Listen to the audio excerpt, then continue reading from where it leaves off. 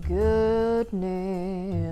Hi, hello, you stunningly gorgeous people of the internet. We're going to be doing a little revisitation of a video that I have absolutely done on this channel before, but I did it about 2 years ago, almost. And that video is going to be my favorite books of all time. Now, 2 years ago, me was very strong and opinionated, and I stand by those opinions that I had back then. A lot of those books I would still say are some of my favorites, or at least books that I thoroughly enjoy. If you haven't checked out that video, definitely check it out. It's my most viewed video on my channel right now, so I'm sure you have seen it. What I want to do in this video is revisit the books that have continued to stick with me as favorites. I want to maybe introduce some new categories of favorites. I also want to have some new entries into some former categories and see what those do in terms of kind of jostling the order of books that I had in my previous video. This is going to be a little bit of a shorter list. I've read probably 120 books since I made that last video. There's been a couple that have stood out, and that's what I want to talk about right now. But first, I want to kind of talk about what makes a favorite book for me.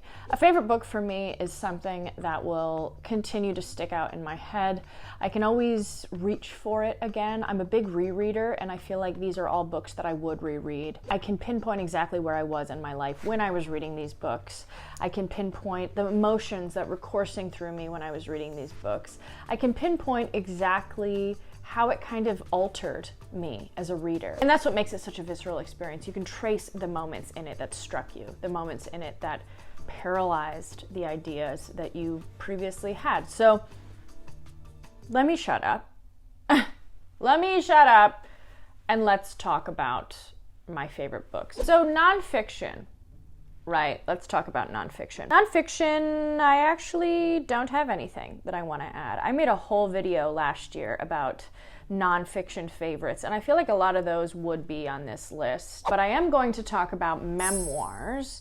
I feel like I read a lot of memoirs. I had a lot of memoirs in my previous video, and some of those memoirs are definitely going to stick. I would say Cockroaches by Scholastic Mukasanga. This has continued to be a favorite book of mine, a book that completely shifted the way that I thought about the Rwandan genocide, which is primarily what this book is about. Not that I had any preconceived notions about it, but what I wanted was a firsthand account of someone who had experienced it. It was a portion of history that I feel like I knew about, but it was on my peripheral memory. It wasn't something that I was actively really alive for, so I wanted to read a book that was explicitly about somebody's experience. This is about Mukasanga's family's rendition of their history, and it was tough. Not a long book, but very great. I continue to suggest this to people. Fantastic, fantastic, fantastic. What else would I say is still on there? What I talk about when I talk about Running by Haruki Murakami. Shut up, I'll always suggest this book to people. It is one of my favorite books of all time, just because I've listened to it multiple times. That is the medium that I consume. This was by audiobook. I still love it to this day. I think it's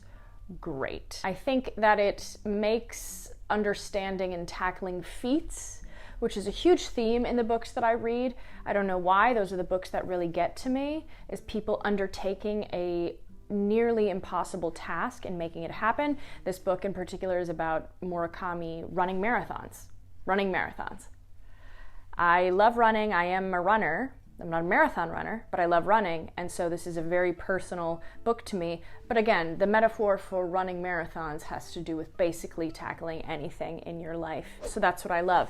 And to kind of pair with that, I have a new book that I want to add to my memoir collection, and that is Wild by Cheryl Strayed. Come on. Since I last made this favorites video, I would say that my perception of novels has changed. I feel like now I'm much more reading books that I absolutely want to read, whether or not they are profound books, whether or not they are books that are so classic and revered by many. Sometimes I just want to read a book that was in Oprah's best book club. That's kind of how my idea of consuming books has changed. Sometimes I want to read a bestseller. I don't care. I read enough to be confident in my undertaking of novels. So Wild by Cheryl Strayed, even though, ooh, it's a horrible book cover, and it was, a mid-2000s hot release, and maybe it's kind of waned in its popularity as the years have gone on. I recently discovered this book, and I was of the idea that it was made into a movie by Reese Witherspoon, Reese's book club pick. I love this book. I'm adult enough to realize that I was judging a book by its cover. We do it. This was a great book. This is all about Strayed's tackling of the Pacific Crest Trail as a woman in her 20s and using that as a way to patch the maladies that she had within her life, addiction and loss, and just truly finding herself. I'm somebody who is interested in hiking as well, so I like that. What can I say? So that's a new addition to the memoirs category. Okay, you filthy animals. You filthy, filthy animals. The next category that I want to talk about is commentary, or comedic commentary, let's say. Sort of just ramblings on of somebody who is much funnier than I am, and I get inspiration from that. Previously, I had put Theft by Finding by David Sedaris in the memoir category in my last video, and I stand by that. I would also probably put him in this category for comedic commentary, but there's a new book that I want to add into that, and that, my stunningly gorgeous friends, is Crackpot: The Obsessions of John Waters. If you don't know who John Waters is, you know what his mustache looks like. It's just two little doot doot.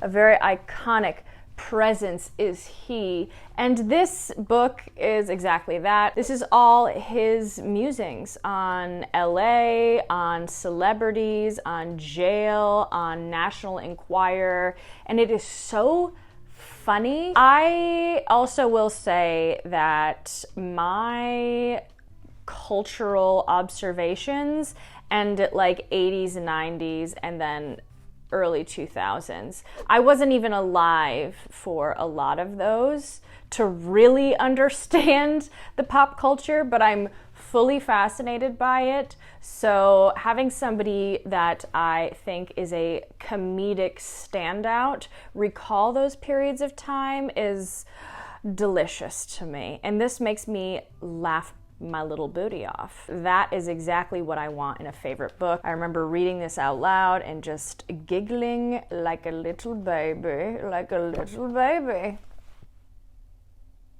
Yes, absolutely. Absolutely. Get out of here. Get out of here. I'm having a great time. So in the last video, I also talked about plays. There's a little bit of contention about me talking about plays, but I read a lot of plays. I'm very fortunate to work with a great theater company where we do a lot of play readings of new plays, old plays, and we explore the text. I act, so plays are a huge resource for me to get inspiration, and to perform them is obviously what I love to do. So for me, I'm a little bit more partial to plays, and I feel like it is something that isn't actively discussed. But I think if you really want to understand and learn characters, plays are a fantastic way to get into that. So I had previously talked about Red Light Winter in my last video, and I stand by that. I really love that. But I do want to talk about some new additions. Sarah Kane, Complete Plays. This is absolutely disgusting in the way that it's written, but I think for a playwright to wrestle a lot of these ideas that she's wrestling is so intriguing. And to see this on the stage, I'm sure, is a completely arresting experience. If you don't know who Sarah Kane is, she was an English playwright who unfortunately passed away very prematurely, and a lot of her writing mimics, I'm sure, what was going on internally. A tragic set of plays, very disturbing, but so interesting, and I really, really, really love this book. So I'm also going to add another play that I am currently reading on stage right now, and I think it's one of the funniest things I've ever read. I would say that this play is something that you might have to see performed to fully experience it, and that is Gnit by Will Eno. This is a comedic take on Peer Gynt, which is one of Ibsen's famous plays. If you don't know the play, you definitely know some of the songs from it. So I would have put the music, but I'm really not sure if I'm going to get copyright struck. But it's that song that goes... Yeah,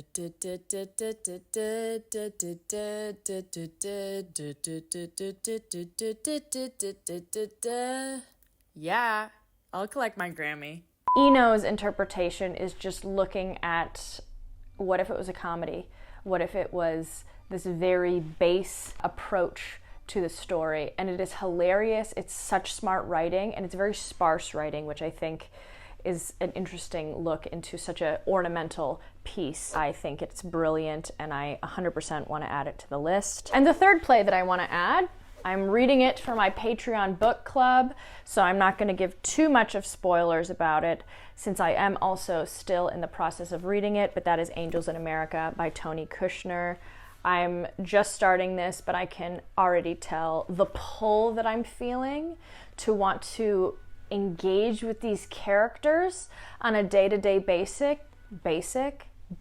is so strong, and I am absolutely loving this. I'm feverishly excited to read more of this, so I think that's going to be on there. I just want to mention it. If you want to follow the journey, you can check out my Patreon, where I'll be going fully into it, and maybe I'll give you a little show. Who knows? Okay, so now, baby,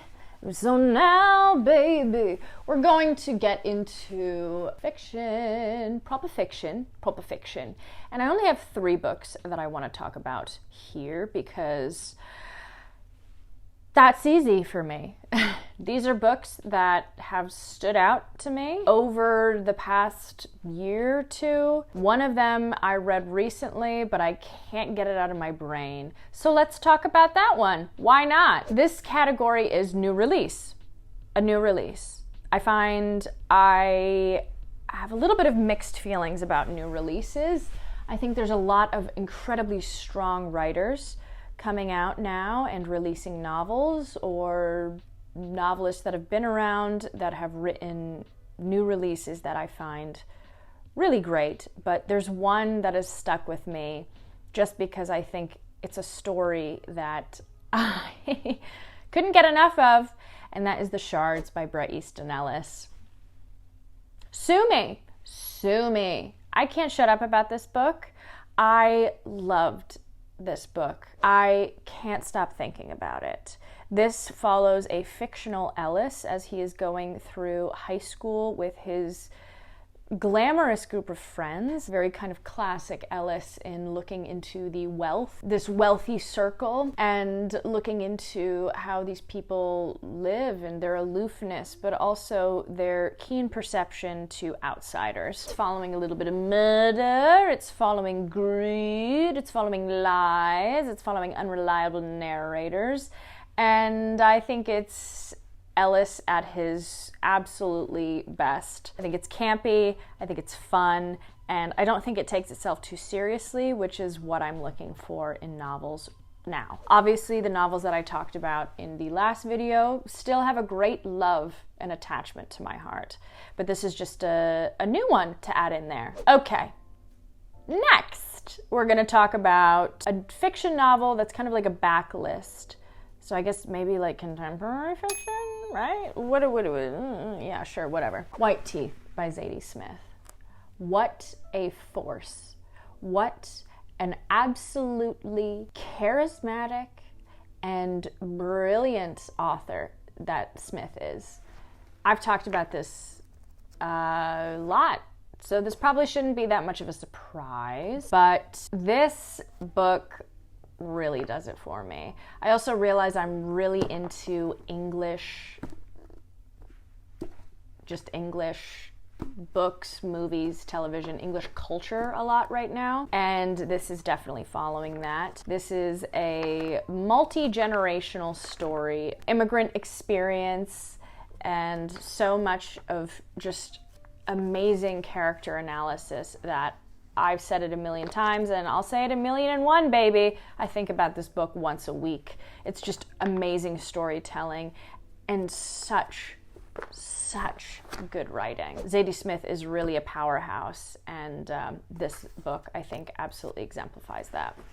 And now I want to talk about something that is very definitive for me at this time in my life. I think it was maybe a little bit nebulous in my last video what my favorite book of all time is. But since I've read a little bit more, and since I think I've laid more of a foundation into what exactly works for me when I'm looking for a story, I can absolutely say what my favorite book of all time is. And I don't think it surprises any of you when I say East of Eden by John Steinbeck. Also dipping into the classics category as well. Have read a lot of Steinbeck. I think he's my most read author now, and his storytelling is incredibly concise. It's not gratuitous. He doesn't feel like he has to fill in any sort of blanks.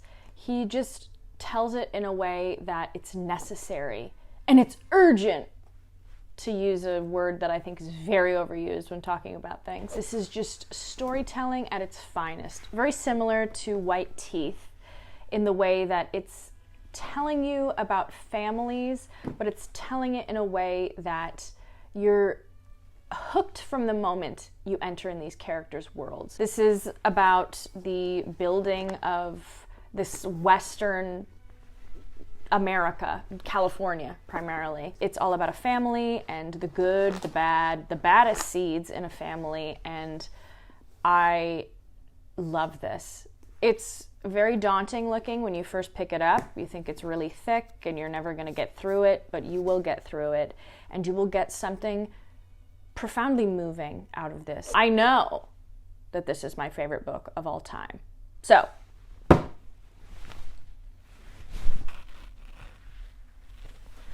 was that a little redundant? Maybe, but I just wanted to revisit a video that I made, and I wanted to really concretely say books that I've found that I love and add things and amend a little bit.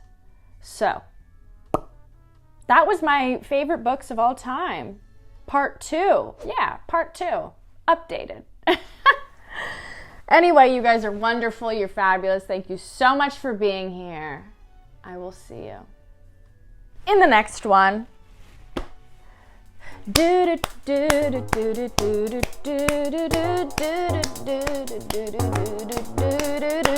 Ooh!